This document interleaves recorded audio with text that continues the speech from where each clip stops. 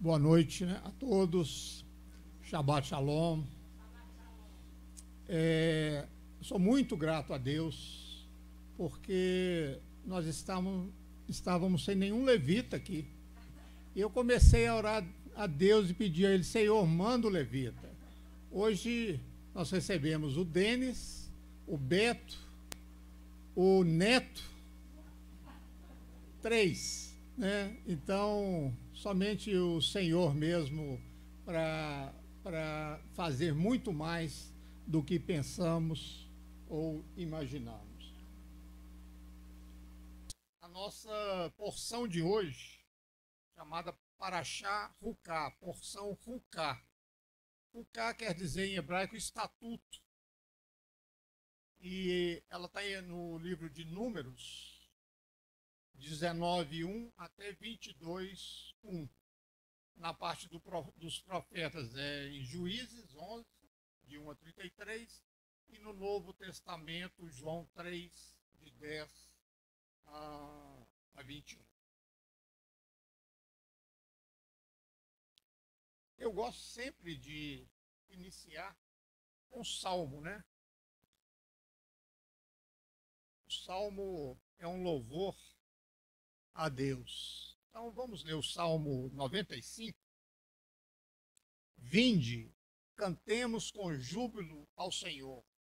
Aclamamos a rocha da nossa salvação. Apresentemo-nos diante dele.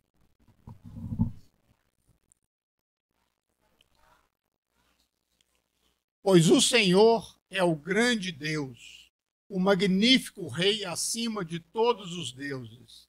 Em suas mãos estão as profundezas da terra. São seus os cumes dos montes. Dele é o mar. Foi ele quem o criou, e a terra firme que suas mãos formaram. Vinde, adoremos prostrados e nos ajoelhemos perante o Senhor, o nosso Criador, porque ele é o nosso Deus. Nós somos o povo do seu pastoreio e ovelhas conduzidas por sua mão. Tomara que escuteis hoje a sua voz. Não endureçais o vosso coração como em Meribá, e ainda como aquele dia em Massá, no deserto, quando vossos pais me desafiaram e me puseram à prova, embora tivessem visto meus grandes feitos. Durante 40 anos, permaneci irado contra aquela geração e declarei: este é um povo de coração ingrato que não reconhece meus caminhos. Por esse motivo, jurei em minha revolta: essas pessoas jamais entrarão no lugar do meu repouso. Amém. Essa porção, né, para quem não sabe, a Parashá, a porção, é uma porção lida em todo o mundo, no mesmo dia. E essa tradição ela se iniciou lá no exílio e permanece até hoje. Ruká começa com o decreto, né, que ele tem até um nome chamado Rukat HaTorá, quer dizer, o Estatuto da Torá. Ele é um mandamento, né, da época que existia os dois templos, e o povo era conclamado a cumprir esse mandamento, mesmo que não entendesse o propósito dele. E mesmo que não entendesse a razão daquele mandamento. Então, era um mandamento que deveria ser obedecido somente por fé. E tinha a novilha vermelha, né, em hebraico chamado Pará Adumá, cujas cinzas eram usadas para purificar as pessoas que tinham contato com o defunto, com alguma pessoa morta. Então, a narrativa ela vai saltar 38 anos e vai começar na descrição um pouco antes do povo entrar na terra prometida, né, na terra de Israel. A profetisa Miriam, irmã de Moisés, de Arão, morre e o povo fica sem água. e o poço que acompanhava eles, ele seca, não existia mais. Deus ordena a Moisés e a Arão que falem com uma rocha em especial, que essa rocha produziria água em abundância para todos, inclusive para os animais. E Moisés golpeia essa pedra com o cajado, e Deus diz a esses dois líderes que eles não entrarão na terra prometida. Depois, o rei de Edom recusa-se a deixar o povo passar por suas terras, e isso aumenta demais, alonga demais a rota deles. Arão morre, é sepultado no Monte Or, e é sucedido, né, porque o sumo sacerdote, os filhos são heranças, seguem o mesmo caminho, e o filho Eleazar, que é escolhido como sumo sacerdote. E a porção termina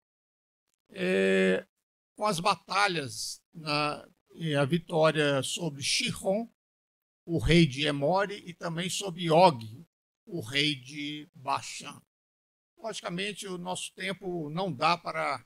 Eu gosto de fazer um resumo no início, porque o nosso tempo não dá para fazer. Então, normalmente eu escolho uma passagem, como essa passagem se repete a cada ano, então tem oportunidade de cada ano pegar um pedaço diferente, e mesmo que eu pegue igual, nunca sai igual, né? Sempre Deus inspira de uma outra forma.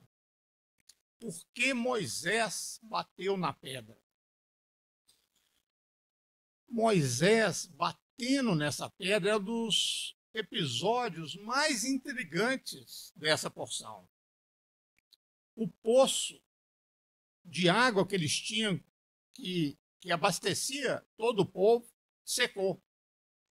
Moisés comete um grave erro de bater na pedra, ao invés de seguir a ordem de Deus, que era falar com a pedra.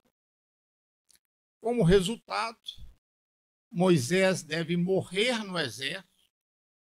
no deserto, e Yehoshua, que continuaria a missão de Moisés de levar o povo à terra prometida. A Torá é muito ambígua na natureza desse erro de Moisés, e há N interpretações sobre esse fato. A explicação mais convencional é que Moisés foi ordenado a falar com a rocha. Ele bate nela, a rocha jorra a água, satisfaz a sede de todos, e Moisés, ao fazer esse ato, ele deixa, né, ele falhou em obedecer a Deus. Números 20, 10 e 11.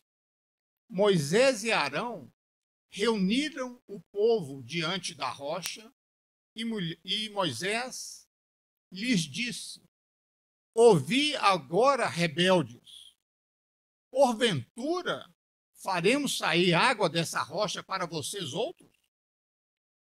Moisés levantou a mão e feriu a rocha 2 vezes com o seu bordão, e saíram muitas águas, e bebeu a congregação e os animais. Aqui, Moisés cometeu alguns erros. Primeiro, ele agiu segundo a sua ira, né? Chamou o povo de rebelde. Ele, em hebraico, chama-se Lashon Hará, que quer dizer a má língua, o falar mal, a palavra ruim. e isso foi considerado por ele chamar os próprios irmãos de rebeldes. Ele também duvidou do Eterno. Em vez de obedecê-lo, teve uma atitude dele mesmo de bater na rocha. E ele não santificou o nome do Senhor e, de certa forma, atribuiu a água a ele mesmo, né? Reuniram o povo diante da rocha e Moisés lhe disse: agora, rebeldes, porventura faremos sair água dessa rocha, como se fosse ele mesmo o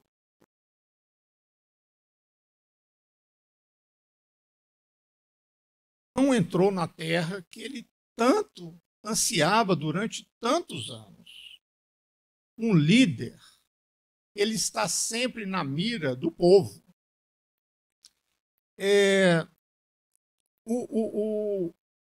Um erro de um líder, ele é muito mais grave que um erro dos outros.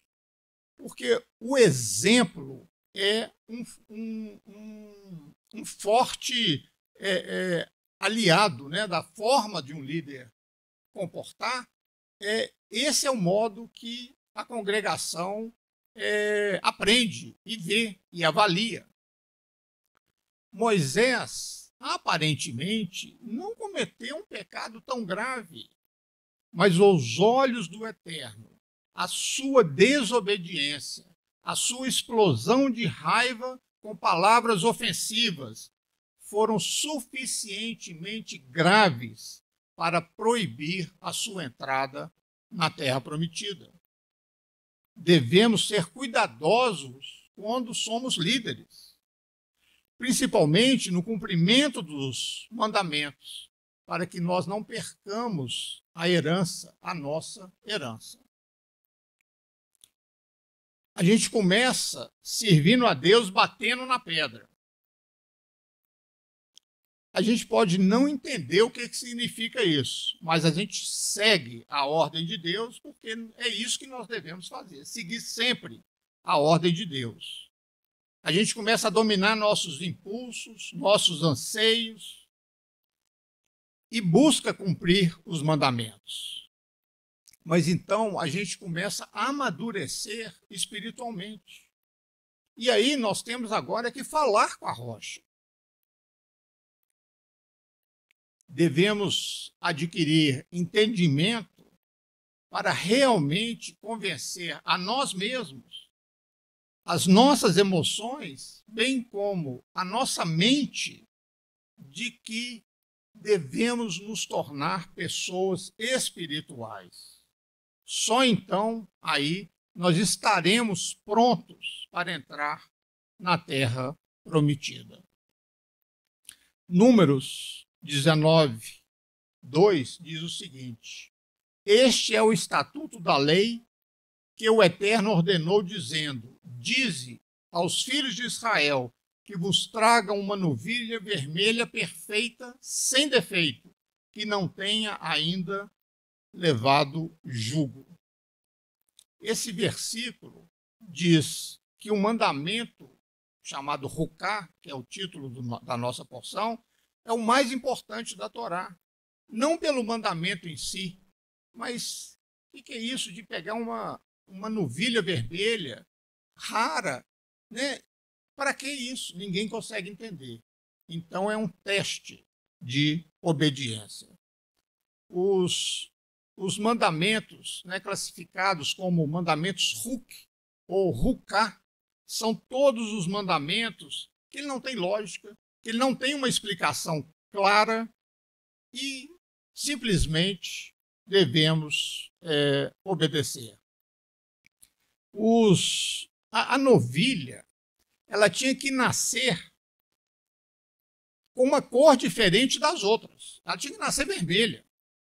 Se tivesse mais de um único pelo que não fosse vermelha, ela seria desqualificada para o sacrifício. Quando havia necessidade de nascer um animal desse, somente quem poderia providenciar era o Senhor, porque não tem como. A novilha tinha que ter pelo menos 3 anos de idade e não podia ser usada em nenhum tipo de trabalho, não podia ter nenhuma marca de jugo, de nada. Ela teria que passar os 3 anos só pastando e bebendo água. Com as cinzas dessa novilha, preparava-se as águas da purificação. Essa água, com as cinzas e mais alguns outros elementos que nós vamos ver, ela era guardada na casa dos sacerdotes, para que eles tivessem, para se alguém tivesse contato com a casa dos sacerdotes, eram espalhadas, se alguém tivesse contato com o morto, recorria a ele, e aí eles teriam 7 dias de purificação, é o que diz a palavra, para serem considerados limpos. E essa cinza era uma quantidade muito pequena de cinza para o volume de água. Então, essa mistura durava muitos anos. Segundo a tradição, diz que no total foram sacrificadas em Israel apenas 9 novilhas. Porque depois também que o templo foi destruído, não houve mais sacrifício.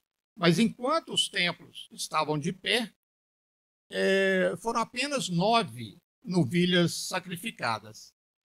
E é possível que a 10ª aponte para a vinda do Messias, Yeshua. Como diz Números 19, 3, e dareis a Eleazar o sacerdote, e atirará fora do arraial, e se degolará diante dele. Na época do segundo templo, havia um altar fora das muralhas de Jerusalém. E era no Monte das Oliveiras, em frente à Porta Dourada. A Porta Dourada é um dos mais antigos portões de Israel, que existiam 8, e eram usados pelos sacerdotes para irem direto ao Monte do Templo. Olha o que diz Ezequiel. E disse-me o Senhor, esta porta permanecerá fechada, não se abrirá, ninguém entrará por ela, porque o Senhor, o Deus de Israel, entrou por ela, por isso permanecerá fechada. Ezequiel 44, 1 e 2. Havia uma ponte que ligava diretamente a Porta Dourada com a entrada oriental do templo. E era usada pelos sacerdotes e também pelos levitas quando eles iam fazer qualquer ministração no templo.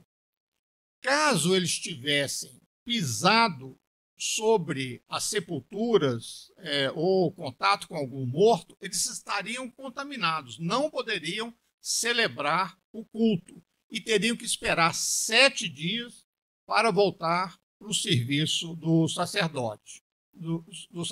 E a ponte que foi construída evitava que eles tivessem contato com a morte. E assim os sacerdotes e os levitas passavam pela ponte, iam diretamente para o altar e queimavam a novilha no templo. Esse altar ele estava alinhado com a arca no lugar santíssimo. E, passando pelo altar de ouro no lugar santo, e pelo altar de bronze, e no átrio, e a porta dourada da muralha. Quer dizer, tudo estava alinhado. E o sacrifício da novilha não podia ser comida no altar. O sacrifício e os restos dos sacrifícios eram todos queimados. porque havia muitos sacrifícios que depois sobravam carne e eles poderiam comer. Esse não. Olha o que diz Hebreus.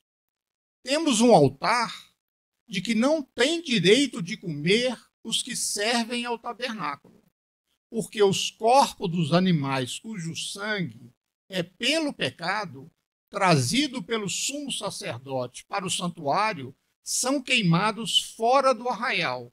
Por isso também, Yeshua, para santificar o povo pelo seu próprio sangue, padeceu fora da porta. Saiamos, pois, a ele fora do arraial, levando o seu vitupério.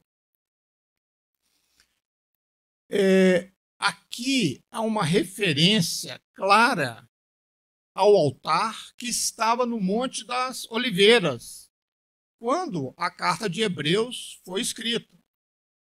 Nessa mesma linha que vinha desde o lugar santíssimo, passando pelos 3 altares e subindo até o Monte das Oliveiras, Yeshua foi oferecido como sacrifício expiatório pelos pecados de Israel e de todas as nações.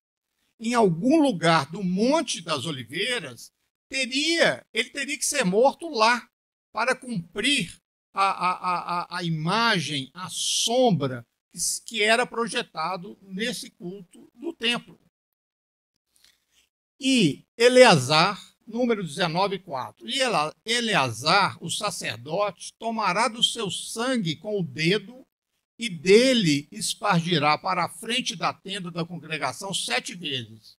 O sacerdote encarregado de sacrificar a novilha vermelha recolherá parte do sangue na sua mão e salpica em direção à entrada do templo, que se pode ver desde a montanha. Isso mostra que o lugar onde era queimada a novilha vermelha tinha que ser situado em frente à entrada do templo, numa linha reta. Está escrito que os animais que tinham que ser sacrificados, eles tinham que ser sacrificados diante do Senhor. Ou seja, a oriente do lugar santo. É como se o Senhor estivesse observando o lugar santíssimo, passando pelo véu e saindo em direção ao ocidente, tudo numa linha reta.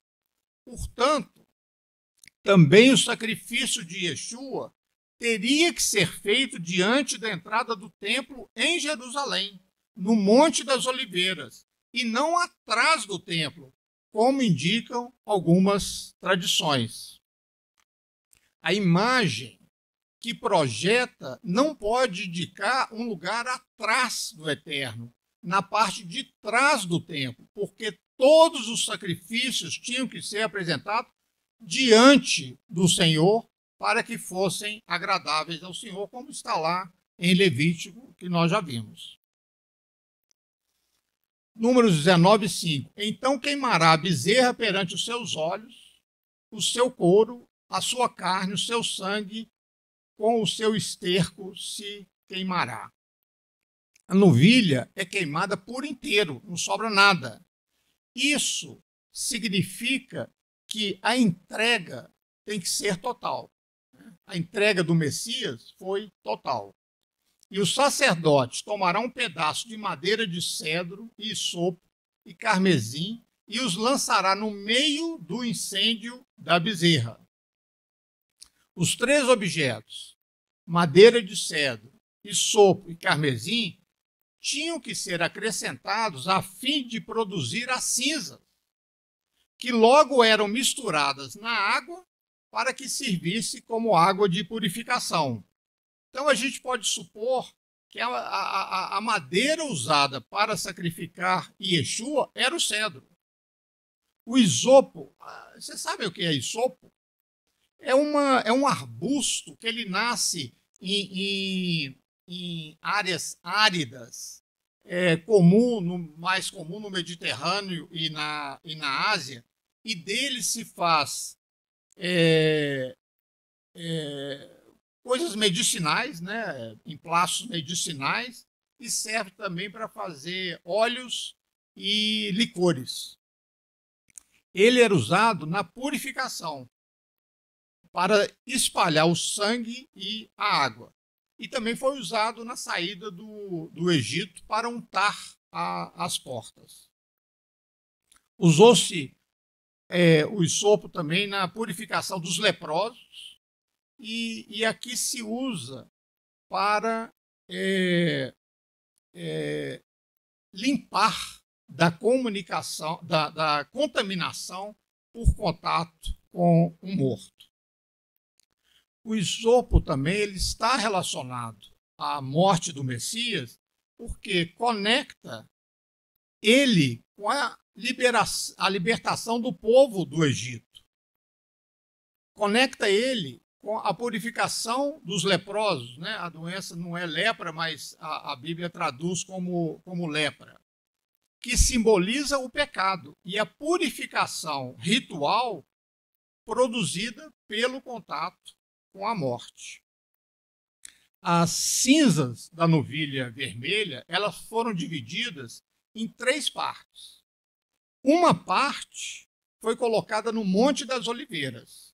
Outra parte foi colocada na área que rodeava o átrio do templo, e a outra parte foi dividida entre os 24 grupos de sacerdotes que serviam no templo.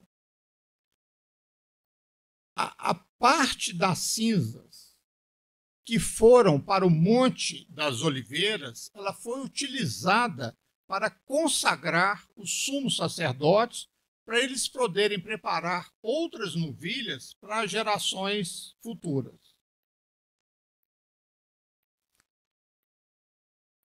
João 2, 1 e 12.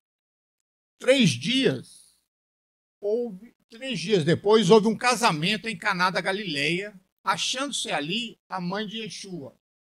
Tendo acabado o vinho, a mãe de Jesus lhe disse: eles não têm mais vinho. Estavam ali 6 talhas de pedras.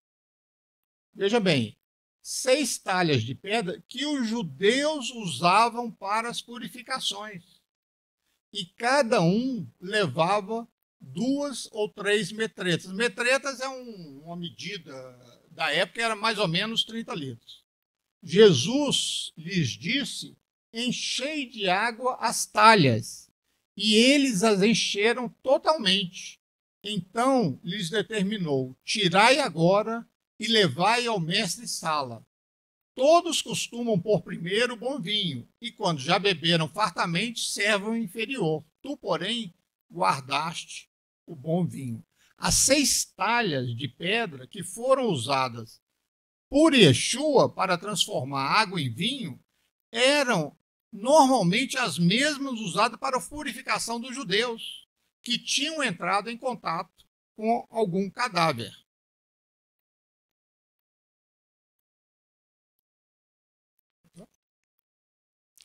Todo aquele que no campo aberto tocar em alguém que for morto pela espada, ou em outro morto, ou nos ossos de algum homem, ou numa sepultura, será imundo por 7 dias. Não é apenas o contato físico com o cadáver que causa a impureza, mas também tocar num osso, ou ainda, mesmo que ele seja um osso antigo, ou pisar sobre a sepultura.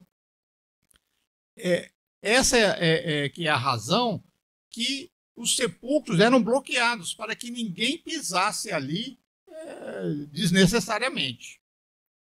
E esse tipo de impureza ritual, ele não é eliminado a menos que a pessoa passe os 7 dias da purificação. Para o imundo, pois, tomarão da cinza da queima, da oferta pelo pecado, e sobre essa cinza porão água corrente num vaso. E o limpo aspergirá sobre o imundo ao 3º e 7º dias, purificá-lo-á ao 7º dia, e aquele que era imundo lavará suas vestes e se banhará na água, e à tarde será limpo. O limpo torna o imundo limpo e ele fica sujo. E depois ele tem que se tornar limpo através de outro. Apenas um homem limpo pode aspergir sobre os outros para que sejam purificados. É necessário 7 dias para purificar do contato com a morte.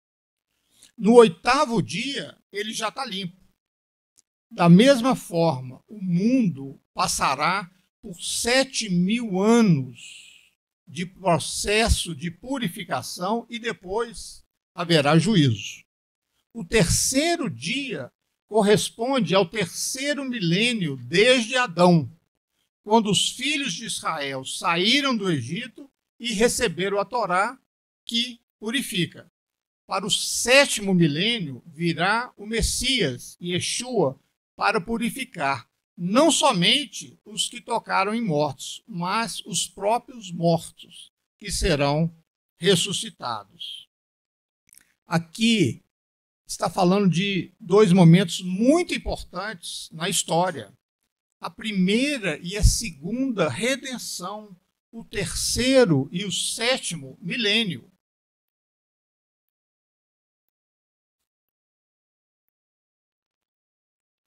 Números 19, 20. No entanto, quem estiver imundo e não se purificar, esse será eliminado do meio da congregação, porquanto contaminou o santuário do Senhor. Água purificadora sobre ele não foi aspergida, é imundo. Números 19, 21. Isso lhe será por estatuto perpétuo, e o que aspergir a água purificadora lavará suas vestes, e o que tocar a água purificadora será imundo até a tarde. Todos que preparavam as cinzas da purificação da novilha, eles se contaminavam. Mas no versículo 19, diz que o puro, que nós já vimos, né? O puro tem que aspergir o impuro no 3º e no 7º dia. O Talmud, né? O Talmud, eu gosto de sempre falar, o Talmud não é Bíblia, o Talmud é comentário de homens, né? A Bíblia é inspirada por Deus, o Talmud não. O Talmud são comentários, mas é muito rico, porque tem comentários de vários sábios, e muitas vezes eles divergem entre eles, e isso é muito enriquecedor para quem está estudando. Então, o Talmud ele interpreta que aquele que asperge a água purificadora não fica impuro. Isso aponta para Yeshua, que tomou o nosso pecado e a nossa morte, de forma que ele ficou impuro por causa de nós.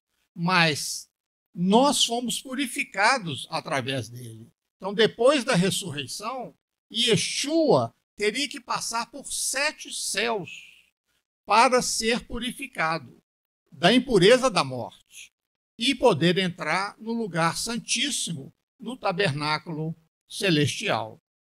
Os 7 céus representam os 7 dias de purificação depois de ter estado em contato com a morte. Dessa forma, o Pai purificou Yeshua no momento da sua ascensão. Eu gostaria de ler 3 versículos para vocês de muita importância. Zacarias 3, 3 e 4. Ora, Josué, que o nome em hebraico é Yeshua. Ora, Josué, trajado de vestes sujas, estava diante do anjo. Tomou a palavra e disse ao que estavam diante dele: tirai-lhe as vestes sujas. A Josué, cujo nome é Yeshua, disse: eis que tenho feito que passe de ti a tua iniquidade, e te vestirei de finos trajes. É sempre uma sombra, né? O Antigo Testamento é sempre uma sombra apontando para Yeshua. Números 21 e 2. Chegando os filhos de Israel, toda a congregação ao deserto de Zim, no mês primeiro, o povo ficou em Cádiz. Ali morreu Miriam e ali foi sepultada. Não havia água para o povo, então se ajuntaram contra Moisés e contra Arão. E por último, e beberam da mesma fonte espiritual, porque bebiam de uma pedra espiritual que os seguia, e a pedra era o Messias. Eu tenho procurado em cada estudo nosso aqui, trazer dentro do que a gente vê alguma mensagem para a nossa vida. E Deus tem me inspirado muito sobre isso. E eu gostaria de dizer, onde eu chamo o tema, né? O nosso tema é curando o trauma da perda.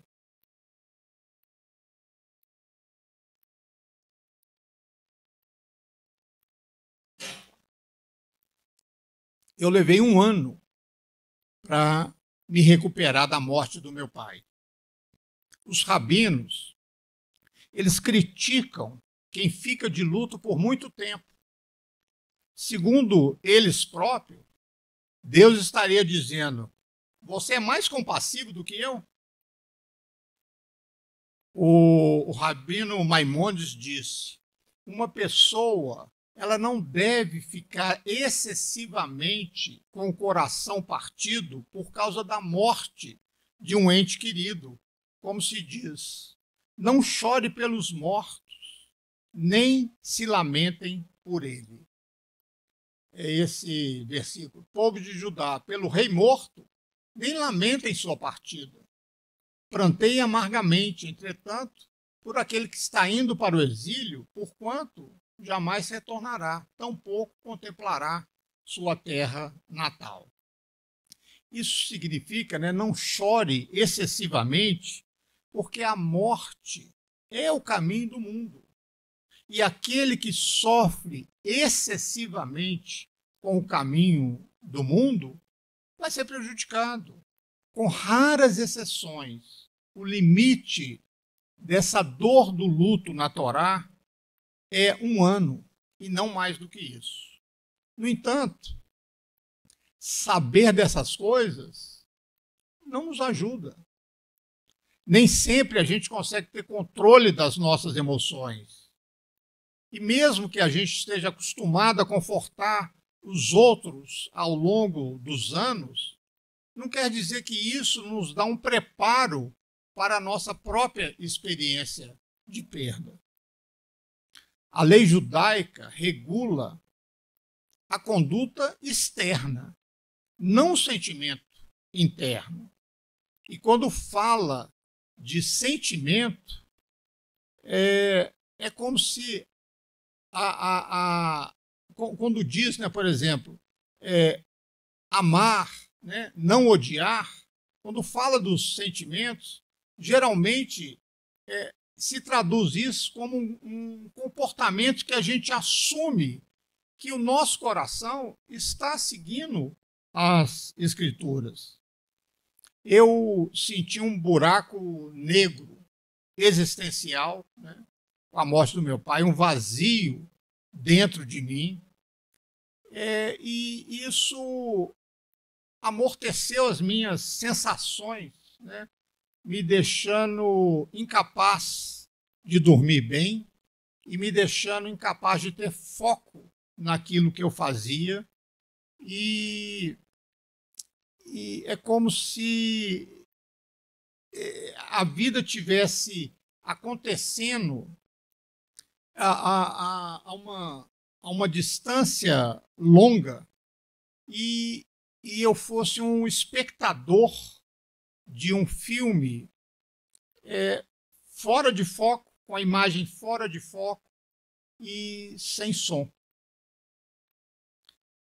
O clima acabou com oração de muitos amigos, muitos irmãos, esse clima passou. Mas, enquanto durou, eu cometi vários erros na minha vida. Eu estou mencionando isso porque o fio condutor dessa porção, dessa paraxá, é o assunto principal dela é a morte. O episódio mais marcante dessa porção é que as pessoas reclamaram a falta de água. Moisés fez algo errado. Deus mandou ele falar, ele bateu na rocha. E Moisés foi sentenciado a uma punição que eu chamo de insuportável. Olha o que Deus diz. Por não ter tido fé suficiente em mim para me santificar diante dos israelitas, não trarás essa assembleia para a terra que eu dei a você. Os comentaristas, debatem o que ele fez de tão errado. Será que ele perdeu a paciência com o povo? Ouçam agora, vocês rebeldes. Será que ele bateu porque ele bateu na rocha em vez de falar com ela? Será que ele fez parecer que não era Deus que fez o milagre, mas ele e Arão que foram os responsáveis quando ele diz: devemos tirar água dessa rocha para vocês? O que é mais intrigante aqui é que Moisés perdeu o controle naquele momento. Ele havia enfrentado o mesmo problema antes. Vários problemas, nunca perdeu a paciência. Em Êxodo 15, os israelitas em Mara, nas águas de Mara, reclamaram que a água era amarga, que não era potável. Em Êxodo 17, no acontecimento de Massá, Massá em hebraico quer dizer provação, teste, Massá e Merivá, eles reclamaram que não havia água. Deus então disse a Moisés para pegar seu cajado e bater na rocha. E a água jorrou.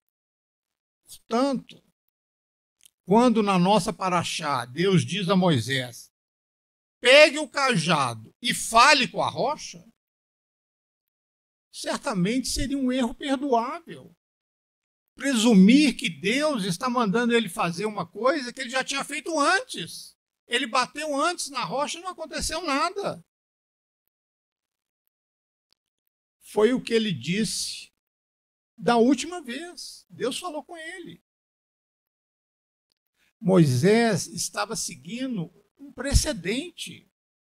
Só que dessa vez Deus não queria que ele batesse na rocha.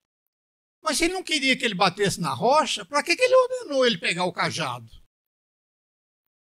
Você não precisa do cajado para falar. O que é ainda mais difícil de entender é a ordem dos eventos. Deus já havia dito a Moisés exatamente o que ele deveria fazer. Reúna as pessoas, fale com a rocha e a água jorrará. Isso foi antes de Moisés fazer aquele discurso mal-humorado. Escute agora, vocês rebeldes. É compreensível se você perder a compostura ao se deparar com um problema que parecia insolúvel. Isso havia acontecido com Moisés antes, quando o povo se queixou de falta de carne. Mas não fazia nenhum sentido agora ele já ter passado por tantas experiências, ele se exaltar dessa maneira. Moisés recebeu a solução. Por que ele então ficou tão agitado e transformou ela num problema? Só depois que eu perdi o meu pai, essa passagem fez sentido para mim. Veja o que aconteceu imediatamente antes. O primeiro versículo diz, eu posso até voltar aqui. Chegando os filhos de Israel, toda a congregação ao deserto de Zim, no mês primeiro, o povo ficou em Cádiz. Ali, Miriam morreu. Então, ele afirma primeiro que as pessoas não tinham água. E depois que fala que Miriam morreu. Quando ela morreu, a água parou. No entanto, aqui me parece que a conexão mais profunda ela não está entre a morte de Miriam e a falta de água. Ela está entre a sua morte e a perda do equilíbrio emocional de Moisés. Miriam era sua irmã mais velha. Ela que cuidou do destino dele quando ele era um bebê e foi colocado num cesto para flutuar no Nilo. Ela teve a coragem, ela teve a iniciativa de falar com a filha de Faraó e sugerir que ele fosse amamentado por uma hebreia, sua própria mãe. Ela reuniu Moisés com a sua mãe e ele não perdeu a sua identidade. Ele sabia quem era o povo dele. E Moisés, ele se tornou, podemos dizer, o rosto humano de Deus para os israelitas, o legislador, o profeta, o libertador, tudo devido a Miriam. Ao perdê-la, ele não apenas perdeu a sua irmã, ele perdeu o fundamento humano da sua vida. Quem está enlutado perde o controle das emoções. Você fica com raiva quando a situação exige calma. Você bate quando deveria falar. E você fala quando deveria ficar em silêncio. Mesmo quando Deus lhe diz o que fazer, parece que você ouve pela metade. Você ouve as palavras, mas elas não entram com força na sua mente. Como é que Jacó, um profeta, não sabia que seu filho José estava vivo?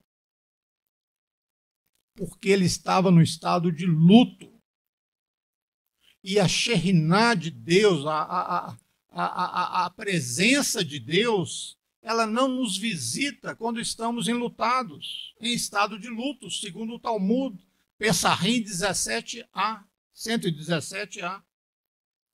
Moisés, junto da rocha, ele não era um profeta, mas um homem que acabara de perder a sua irmã. Ele estava inconsolável e fora do controle. Ele foi o maior dos profetas, mas ele também era humano. Nossa paraxá, nossa porção é sobre mortalidade. Esse é o ponto. Deus é eterno, nós é que somos temporários. Tem duas festas, né? Rosh Hashanah, que é o Ano Novo, e Yom Kippur, o Dia do Perdão, que nós fazemos uma oração onde a gente diz: somos um fragmento de cerâmica, somos uma flor que murcha, uma sombra, uma nuvem, um sopro de vento. Somos pó e ao pó voltaremos. Mas Deus é vida e vida para sempre. Aparentemente, Moisés na rocha é uma história de pecado e punição. É que a maioria dos comentaristas dizem. Deixa eu voltar lá para vocês verem. Por não ter tido fé suficiente em mim, para me santificar diante dos israelitas, não trarás essa assembleia para a terra que eu dei a você. Nós podemos não ter certeza qual foi exatamente o pecado de Moisés, ou por que ele mereceu uma punição tão severa, mas pelo menos a gente conhece o território, né? Conhece o contexto a qual essa história pertence. Parece-me aqui que, com tantos outros lugares da Torá, há uma história por trás dessa história. E ela é completamente diferente. Rucá é sobre morte, perda e luto. Miriam morre. Arão e Moisés são informados de que não entrarão na terra prometida. Arão morre. O povo lamenta 30 dias. Essa equipe, né, Moisés, Arão e Miriam, formou a maior liderança que o povo judeu já teve. Moisés, o profeta, Arão, o sumo sacerdote, e Miriam, talvez, das maiores profetisas. O que essa porção está nos dizendo, está nos ensinando, é que para cada um de nós há um Jordão que não cruzaremos, uma terra prometida na qual não entraremos. Não cabe a nós completar toda a tarefa, toda a sequência do Senhor, pois até os maiores são mortais. É por isso que essa porção começa com o ritual da novilha vermelha, cujas cinzas misturadas com a madeira de cedro e sopro e lã escarlate, dissolvidas em água viva, na Bíblia em hebraico está água viva, são aspergidas sobre aquele que esteve em contato com os mortos, para que possam entrar no santuário. Esse é um dos principais fundamentos da Torá. A morte contamina. Para a maioria das religiões, a vida após a morte provou ser mais real do que a própria vida aqui. É onde os deuses vivem, pensaram os egípcios. É lá que nossos ancestrais estão vivos, acreditavam os gregos, os romanos e muitas tribos primitivas. É aí que você encontra justiça, pensaram assim muitos cristãos. É aí que você encontra o paraíso, pensam assim os muçulmanos. A vida após a morte e a ressurreição dos mortos são princípios fundamentais, inegociáveis na Bíblia. Só que a Bíblia, o Tanar, a Bíblia hebraica, ela é silenciosa a respeito deles. O seu foco é encontrar Deus nessa vida, nesse planeta, apesar da nossa mortalidade. Os mortos não louvam a Deus, como diz o Salmo 115. Deus deve ser encontrado nessa vida, com todos os seus perigos, com todos os lutos que passaremos, com todas as tristezas que passaremos. Podemos apenas ser pó e cinza, como disse Abraão, mas a própria vida é um riacho sem fim, água viva, e isso é o rito da novilha vermelha, que ela simboliza. Com sutileza, a Torá mistura lei e narrativa. A lei antes da narrativa, porque Deus fornece a cura antes da doença. Miriam morre. Moisés e Arão são tomados de tristeza. Moisés, por um momento, perde o controle. E ele e Arão são lembrados de que são mortais e morrerão antes de entrar na terra. Nós somos almas encarnadas, somos de carne e osso. Nós envelhecemos, perdemos aqueles que amamos. Por fora, a gente luta para manter uma certa compostura, mas por dentro choramos. No entanto, a vida continua. E o que começamos, outros vão continuar. Aqueles que amamos e perdemos vivem em nós, assim como vivemos naqueles que nos amam. Pois o amor é tão forte quanto a morte, e o bem que fazemos nunca morre. Shabbat Shalom. Boa noite a todos.